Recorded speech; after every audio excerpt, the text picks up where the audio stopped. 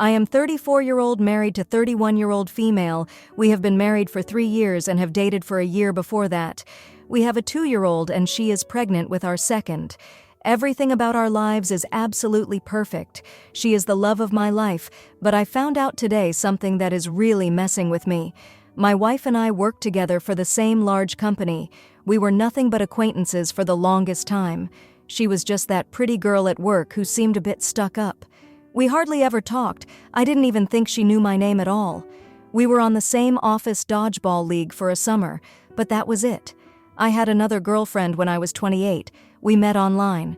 She was great, but 5 months into the relationship, a friend sent me screenshots of an online dating profile with her name and pictures. I confronted her, and she vehemently denied it all. But the evidence was right there, and I couldn't trust her anymore, so we broke up. Just a few months later, I started dating my wife after we had matched online. We had never even had a full conversation before matching with each other online, but suddenly there was this spark and the rest was history. We moved pretty fast. We both wanted to settle down, have a family. She's a wonderful mother to our kids and the love of my life.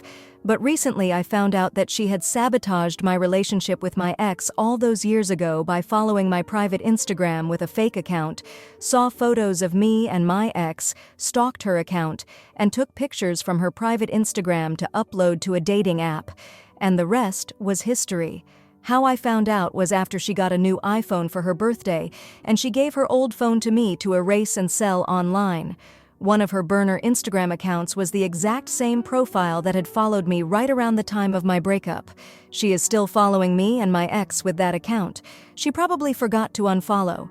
It was really freaking weird, and I confronted her. She confessed to everything but kind of blew it off like, "Oh, well, I had such a big crush on you, I did what I had to do, and it worked out, didn't it?" I admit, the way she blew it off was so strange to me. I told her I don't know who she is anymore. She got upset at me and said, "So you value a 5-month relationship over your wife," and said that we were meant to be. I got really upset and called her crazy, which led to her crying in our room and refusing to come out. I don't know what to think. My friend is telling me to just let it go, that if anything, it's a cute story to tell the grandkids one day. But it just creeps me out, how she had always given me the cold shoulder before we started dating, but all that time she was obsessed with me to the point of sabotaging my relationship. She's never done anything else dishonest or sneaky to my knowledge, so this is just wildly out of character for her. I don't know how to word it.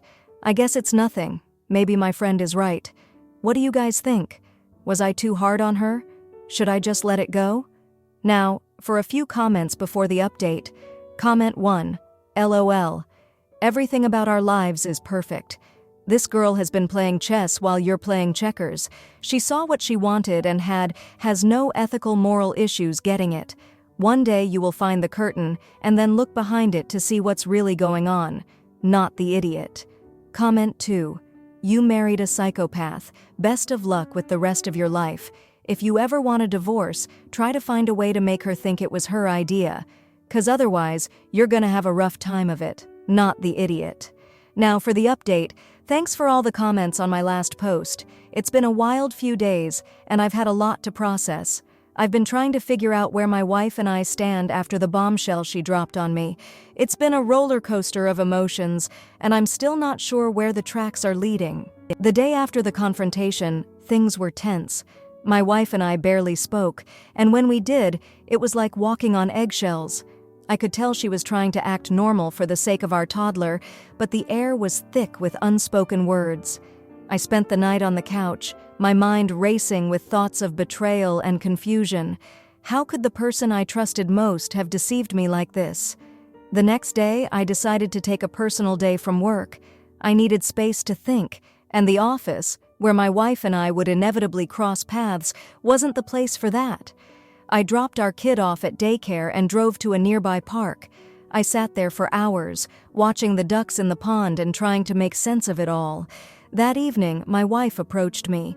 She was calmer, and I could tell she had been crying.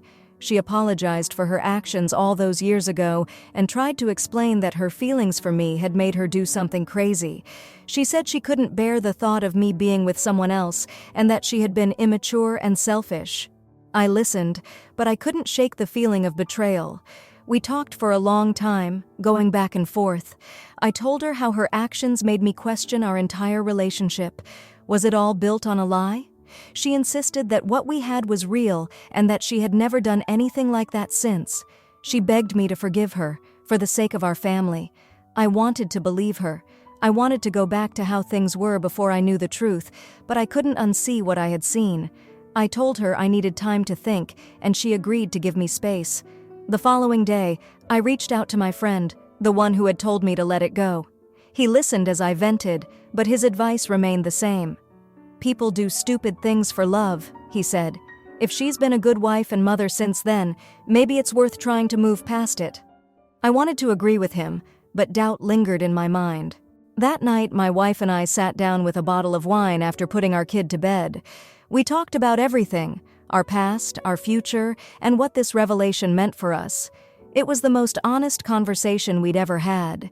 She told me she understood if I couldn't forgive her, but she hoped I could see the good in our relationship and not just the bad.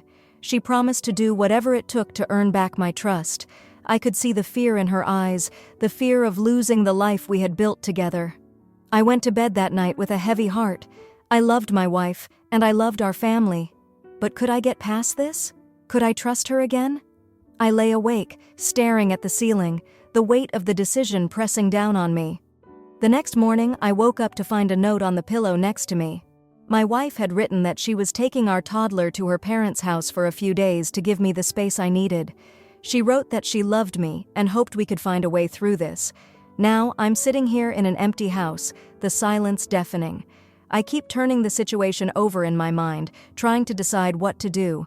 I miss my wife and kid, but I'm scared of what it means to forgive and move forward. I'm scared of what it means if I can't. I'm supposed to pick them up in 3 days. 3 days to decide the fate of my marriage. 3 days to figure out if I can look past the deception and see the love that's still there.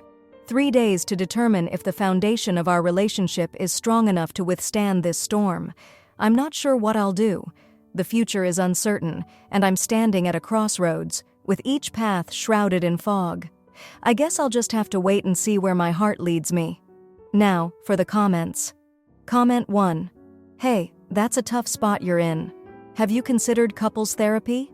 It might help to have a neutral third party to navigate these feelings of betrayal. Also, it's important to think about whether this is a pattern of behavior or a one-time mistake. Good luck, man. Comment 2. I went through something similar when my partner confessed to a big lie early in our relationship. It shook me, but we worked through it with lots of communication. It's all about whether you believe this is something you both can move past, and if she's truly remorseful. Now, for the next story, my 28-year-old female, dad, 61-year-old male, had an absolute meltdown because I told him I won't be at his parents', my grandparents', house for Christmas Eve. The reason I don't want to go is because I am the least liked out of my siblings' cousins, and I am treated distinctly different. For example, 2 years ago, my sister, 26-year-old female, and I had infection 19 at the same time. We were living together during this time. My grandparents sent my sister a get-well-soon card with a gift card, but they didn't send me anything. Another example is 3 years ago when my sister and I were at our grandparents' for Christmas Eve. They got us presents and got my sister a brand new set of pots and pans, but they re-gifted me a vase that I've seen in their house before. That's the last Christmas Eve I spent over there. My grandma also constantly texts my sister and does things with her, but I have never received a text from her once. My dad is mad at me because I told him these are just a couple of reasons why I don't want to spend my time there, and I'd rather spend Christmas Eve with my boyfriend's 25-year-old male grandparents since they don't treat me differently. It's almost like they adopted me as a grandchild. My dad tells me I need to make more of an effort with his parents, but I am in the mindset that I am the granddaughter and they should try to reach out to me. My dad is making me feel very guilty for not wanting to go over to his parents. Am I the a-hole for not wanting to spend my Christmas Eve over there? I feel like I am trying to protect my mental health and boundaries. Edit. Thank you to everyone for their kind words. As I stated in some comments, I think I am very judged on my dad's side of the family for alcohol, drug problems, and unalived attempts I had in my early 20s. I have been sober for 6 years now, and one of the steps in AANA is to make amends, so I have done just that in the beginning of my sobriety journey. I never did anything directly to my grandparents during that time to make them dislike me. They would just hear, "Oh, she's in the hospital again." During that period, they never reached out to show support either, which is fine, and I have gotten over that since I was a really difficult person to be around during that time in my life. I really just needed opinions outside of others who know me, and I do appreciate every response. Some have said I'm not telling the full story, and you're correct. There are many more instances where I have been treated differently than my cousin's siblings, but I have never been rude or disrespectful towards my grandparents to warrant their behavior towards me. Again, all I was needing was an outsider's opinion, and I appreciate each and every response. Sometimes my brain plays tricks on me, and I needed my opinion validated. I will be spending Christmas Eve with my boyfriend's family, and I will sit down with my dad to let him know why I feel this way. He's been a big supporter in my mental health journey, so maybe since I gave him a day to cool down, we can talk this out civilly. I would say I'd like to sit down with my grandparents and talk about this, but I am afraid they might be too stuck in their ways at this point. They are in their 80s now, but thank you again. Much love to you all, and happy holidays. Now, for a few comments before the update. Comment 1. Tell him you are tired of being treated poorly. You don't have to take it, and if they don't like it, then they can go to hell. Comment 2. Not the idiot. I'm curious why your grandparents see you in a different light. Maybe blow up some sheet and find out. Now, for the update. So, it's been 3 days since I decided to spend Christmas Eve with my boyfriend's grandparents instead of my own, and let me tell you, it's been a bit of a ride. The day after I made my decision, my dad called me.